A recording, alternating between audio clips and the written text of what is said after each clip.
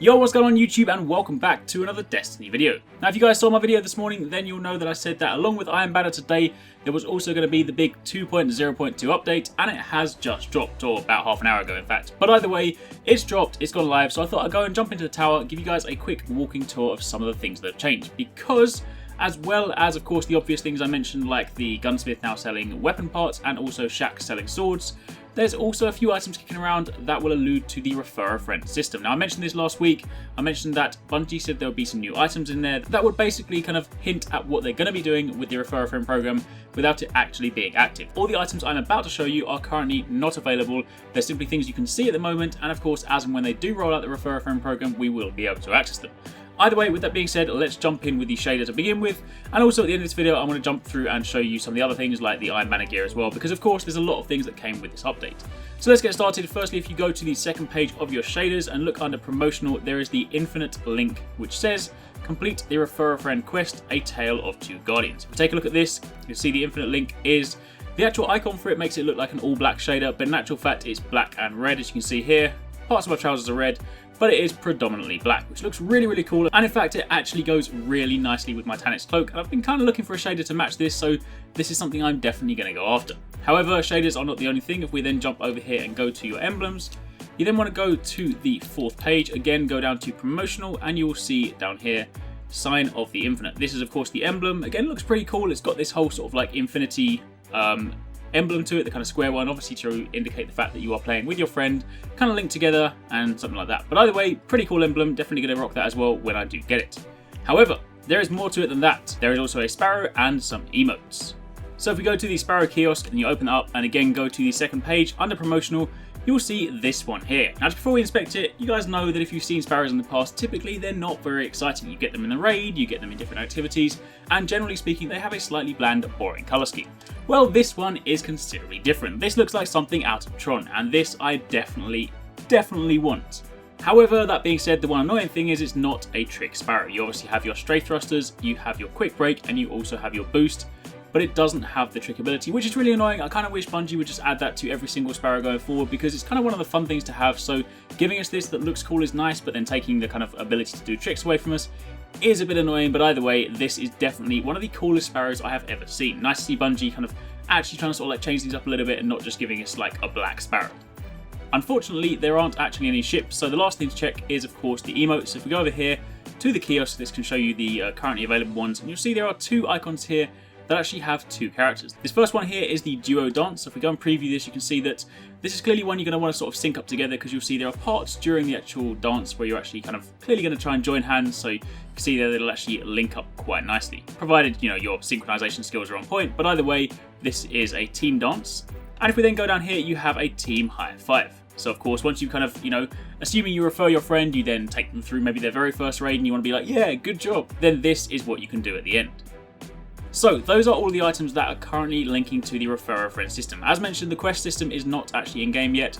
Bungie did make reference to the fact that they're going to be using it for the holiday season. Of course, you think that, like, you know, you want to get new people into the game around Christmas, so typically you'll get your friends or your guardians in around Christmas, and you can obviously then play with them and earn these items. But I would imagine, you know, kind of using the whole MMO framework, it would be something along the lines of a series of quests you can do together, and of course while playing together you're going to get some kind of bonus, and then of course, you know, you as the Sherpa in there will of course get your shader as a reward, and then your friend that you are referring will probably get the same thing, but also level up in the process.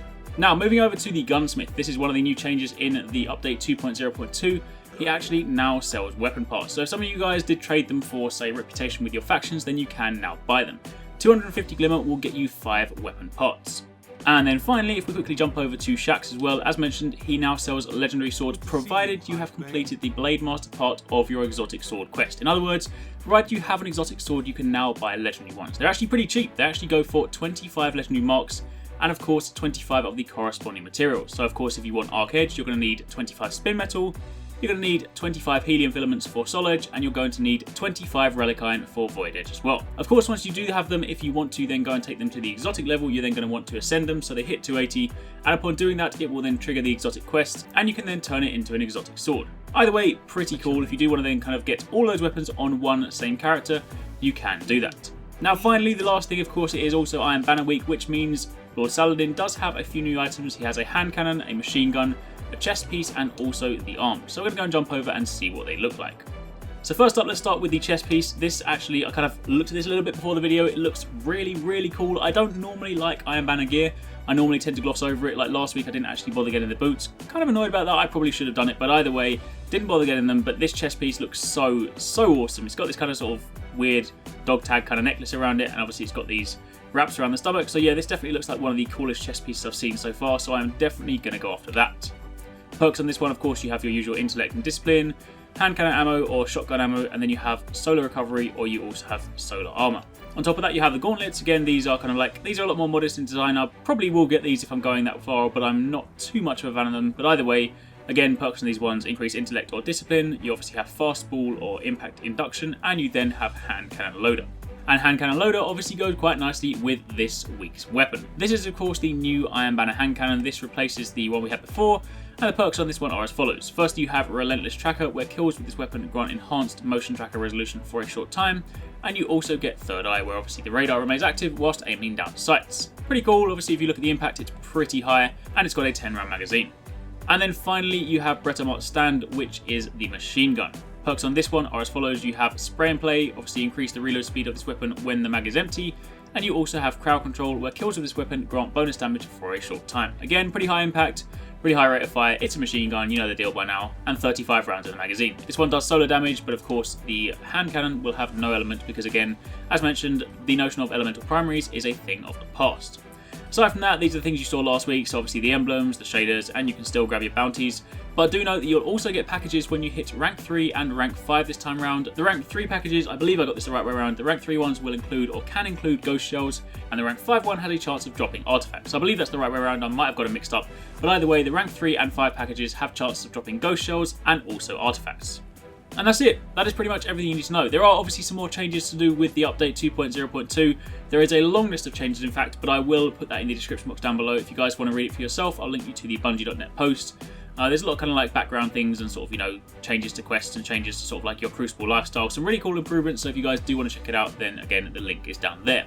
Aside from that, thank you very much for watching. Also, if you guys haven't already, then just as a quick note, don't forget to follow me on Twitter. Typically, when things like these updates drop, I start by kind of tweeting out and talking about things on Twitter. So if you do want to get the news as soon as it drops, then definitely follow me on Twitter, because that way you can kind of stay up to date on absolutely everything.